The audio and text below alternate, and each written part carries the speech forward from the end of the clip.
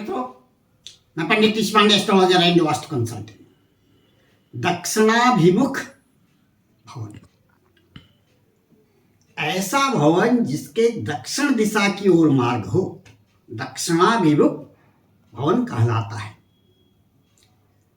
ऐसे भवन के लिए आवश्यक है कि दक्षिण और पश्चिम वाली जो दिशा है वह भारी हो, उसमें भारी वस्तुओं को रखा जाए और छत की चार दीवारी बनाते समय दक्षिण दिशा के छत में चार दीवारी मुख्य द्वार से छोटा हो।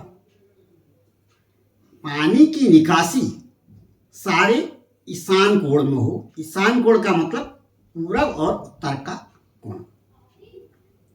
जब ऐसे भूखंड में आप भवन बनाते हैं तो भवन दक्षिण और पश्चिम की ओर उसकी दीवार ऊंची हो, उत्तर और पूरब की ओर दीवारें नीची हो।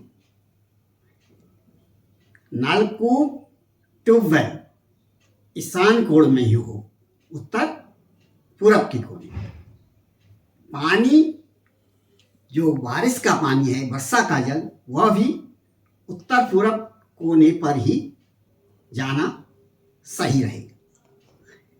आग्नेय कोण में, आग्नेय कोण मतलब पूरब और दक्षिण का कोना, किचन बनाना वहां पर अति उत्तम रहेगा। और दक्षिण दिशा को भारी से भारी रखना, वहां पर टॉयलेट्स बनाना, और पश्चिम दिशा में भी आप टॉयलेट बना सकते हैं। वायव्य कोण, उत्तर और पश्चिम का कोना ज्यादा से ज्यादा खुला रहे। ईशान कोण, पूरब और उत्तर का कोण, ये दोनों कोण जो हैं ज्यादा से ज्यादा खुला रखें इसको, बजाय दक्षिण के। यदि चारों ओर आप भवन की जगह छोड़ना चाहते हैं तो दक्षिण दिशा में बहुत कम जगह छोड़ें, एकदम सटा करके, दक्षिण की दीवार से पश्चिम की दीवार से सटा के ही भवन बनाएं तो यह अति उत्तम होगा। यदि आवश्यक ही हो कि कुछ जगह छोड़ना है तो बहुत कम जगह छोड़ दीजिए और उत्तर पूरब की ओर ज्यादा जगह को छोड़ना है। पूरब की ओर ही आपका जो है तलहट होना चाहिए। बेसमेंट जो है पूरब की ओर ही हो, वह उत्तम रहेगा। दक्षिण दिशा में स्टोर बनाएं और अनुपयोगी सामान जो भी है वह सब दक्षिण पश्चिम कोने में ही रखें।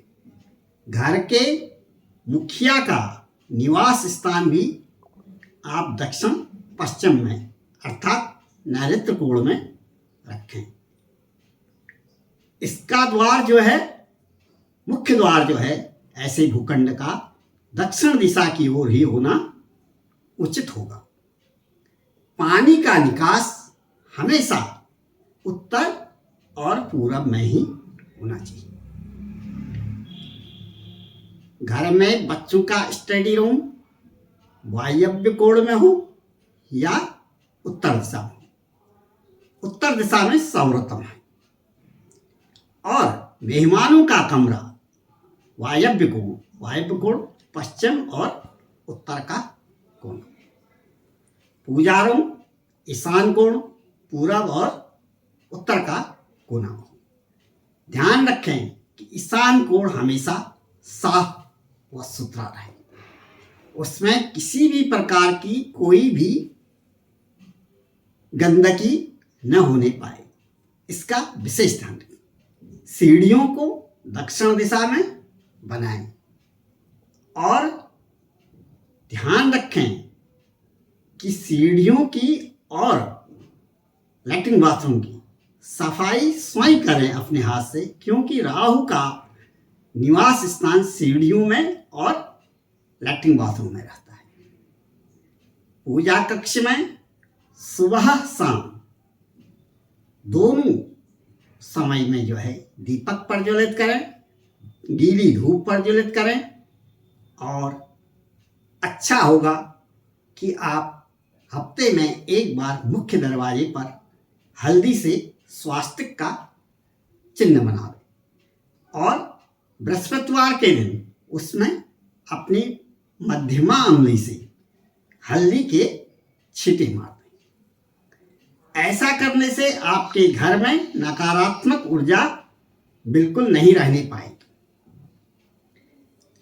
और महीने में एक बार गंगा जल को हाथ में लें, दाहिने हाथ से पूरे घर में छिड़क डालें। यह नियम बना लें। सुबह शाम शंख की ध्वनि, घंटे की ध्वनि अवश्य करें। इससे आपके घर की नकारात्मक एनर्जी जो है सब चली जाएगी। केवल आपके घर में पॉजिटिव एनर्जी ही रहनी पाएगी। घर के मुखिया को चाहिए कि वह हमेशा बच्चों के साथ ही भोजन किया करे, अर्थात साथ में भोजन किया करें। वैसे तो सब लोग नियम बना लें कि कम से कम दिन में एक समय साथ बैठकर भोजन करें। ऐसा करने से घर में खुशहाली आती है। बच्चों को पूर्ण प्यार दें, बच्चों के साथ मित्रवत व्यवहार करें, क्यों बच्चे ही हमारी आने वाली भविष्य की नींव है, आने वाला भविष्य है। इसलिए उनको स्वस्थ, गुणवान और संस्कारवान बनाए। जय माँ गौरी।